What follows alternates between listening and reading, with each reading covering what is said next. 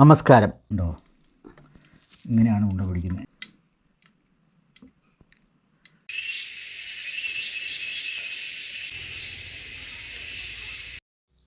നമസ്കാരം. NRCT വ്ളോഗിലേക്ക് എല്ലാവരെയും സ്വാഗതം ചെയ്യുന്നു. ഇന്ന് നമുക്കൊരു നാടൻ പലഹാരം ഉണ്ടാക്കാം.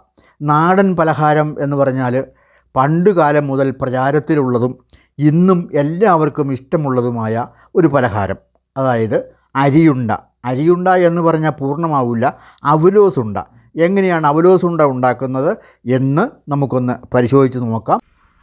ഈ പാത്രത്തിൽ ഇതല്ലേ നമ്മൾ വെള്ളം വച്ചിരിക്കുകയാണ്. ഈ വെള്ളത്തിലേക്ക് ഇന്നത്തെ നാടൻ പലഹാരം ഉണ്ടാക്കുന്നതിന് ആവശ്യമായ ഉണക്കലരി ഇട്ട് കൊടുക്കാം. ഇതാണ് ഉണക്കലരി. ഈ അരി വെള്ളത്തിലിട്ട് കുതിർത്തി നന്നായി കുതിർന്നു കഴിയുമ്പോൾ തരി കൂട്ടി പൊടിച്ചെടുത്ത് തേങ്ങായും ജീരകവുമെല്ലാം ചേർത്ത് നന്നായിട്ട് ചുമക്ക വറുത്തെടുക്കുകയാണ്. ഈ അരി വെള്ളത്തിലേക്ക് ഇട്ട് കൊടുക്കാം.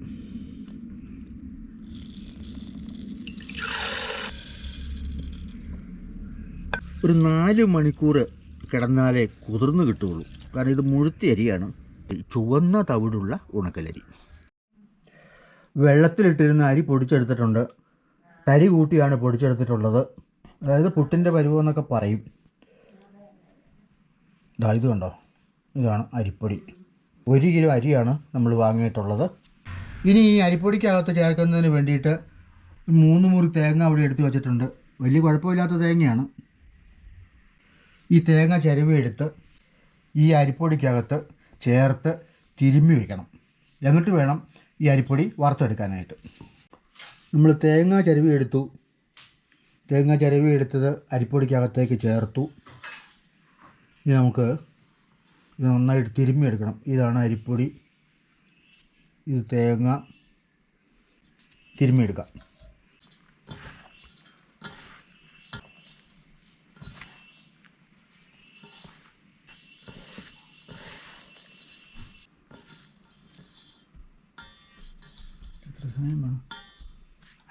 അപ്പോൾ നമ്മൾ തട്ടിപ്പൊത്തി വെച്ചിരിക്കുകയാണ്. ഒരു അരമണിക്കൂർ കഴിഞ്ഞ് നമുക്ക് ഉരുളിക്കകത്ത് ഇത് വറുത്തെടുക്കണം. ഉരുളിയിൽ വെള്ളം വറ്റിയിട്ടുണ്ട്. നമുക്ക് അരിപ്പൊടി ഇട്ട് കൊടുക്കാം.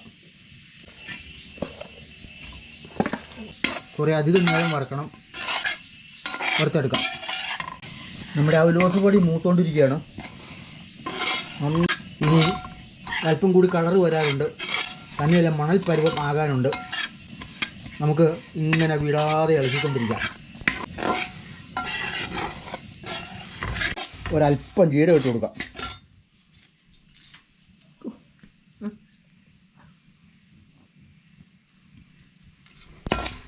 ജീരകം അല്പം ഇട്ടിട്ടുള്ളൂ. ഇനി ഏലക്കായും ജീരകവും കൂടി നന്നായിട്ട് പൊടിച്ച് പാനിക്കകത്ത് ചേർത്ത് വേണം ഉണ്ട പിടിക്കാനായിട്ട്. ഇതാണ് മണൽ പരുവമെന്ന് പറയുന്നത്. അപ്പോൾ നമ്മൾ തീ ഓഫ് ചെയ്തിരിക്കുകയാണ്. ഇനി നമുക്കിതൊരു പാത്രത്തിലേക്ക് കോരിയെടുക്കാം. കോരിയെടുത്തിട്ട് ഇതിനകത്ത് ഒരുപാട് തരിയുണ്ട്. ഈ തരിയുള്ളത് നമുക്ക് ഒന്ന് അരിച്ചെടുത്തിട്ട് അത് മിക്സിക്കകത്ത് പയ്യെ ഒന്ന് അടിച്ചെടുക്കാം. ഈ കട്ടയൊക്കെ നമ്മളൊന്ന് അരിച്ചെടുത്തിട്ട് മിക്സിക്കകത്ത് അടിച്ചെടുക്കണം.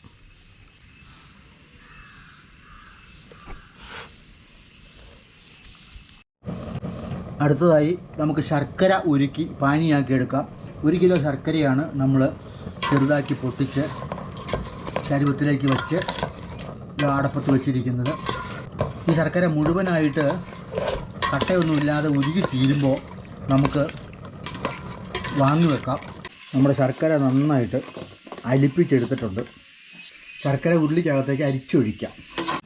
ശർക്കരപ്പാനി അരിച്ചൊഴിക്കുവാണേ. ചില ശർക്കരയ്ക്കകത്ത് ഒരുപാട് ചെളി കാണും. ഇതിനകത്ത് ഒന്നുമില്ല.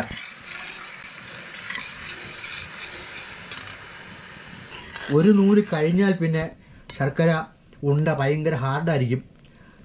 നമുക്കിപ്പോൾ കടുപ്പം ഒത്തിരി ഒന്നും വേണ്ട. നമുക്ക് ഒരു നൂലിന് പിടിക്കാം.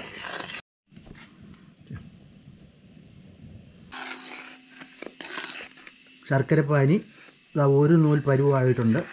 ഏലക്കായും ജീരകവും പൊടിച്ചു വച്ചിരിക്കുന്നത് ചേർത്ത് കൊടുക്കാം. ഇത് 1 സ്പൂണുണ്ട്. രണ്ടും കൂടി പപ്പാതിയായിട്ട് എടുത്തതാണ്. വൃത്തിയായിട്ട് ഇളക്കിക്കൊണ്ടിരിക്കുക.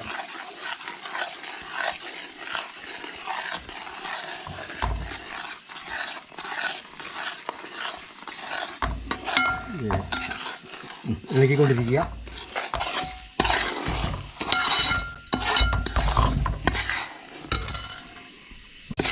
ചൂടാറാതെ ഉണ്ട പിടിക്കാൻ പറ്റില്ല. പയ്യെ ചൂടാറട്ടെ, അത് കഴിഞ്ഞ് നമുക്ക് ഉണ്ട പിടിക്കാൻ തുടങ്ങാം. നമ്മൾ ഉണ്ട പിടിച്ച് കൈയെല്ലാം പൊള്ളി നാശമായിട്ടിരിക്കുക കേട്ടോ.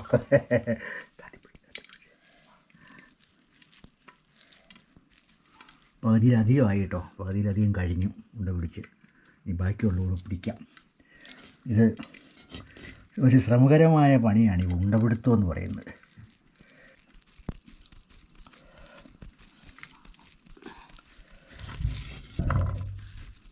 ഉണ്ടോ, ഇങ്ങനെയാണ് ഉണ്ട പിടിക്കുന്നത്. നമുക്ക് മൊത്തം അങ്ങ് പിടിച്ചെടുക്കാം ഇതുപോലെ. അങ്ങനെ ഇരിക്കട്ടെ. നമ്മുടെ ഉണ്ട പിടുത്തം കഴിഞ്ഞു. നല്ല സൂപ്പർ ഉണ്ട കേട്ടോ.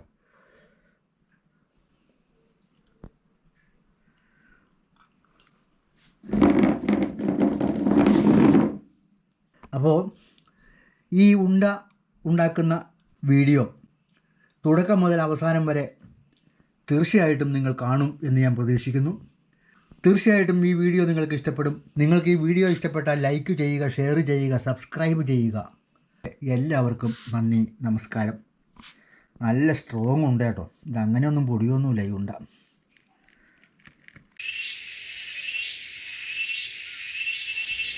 കഴിച്ചു നോക്കാം.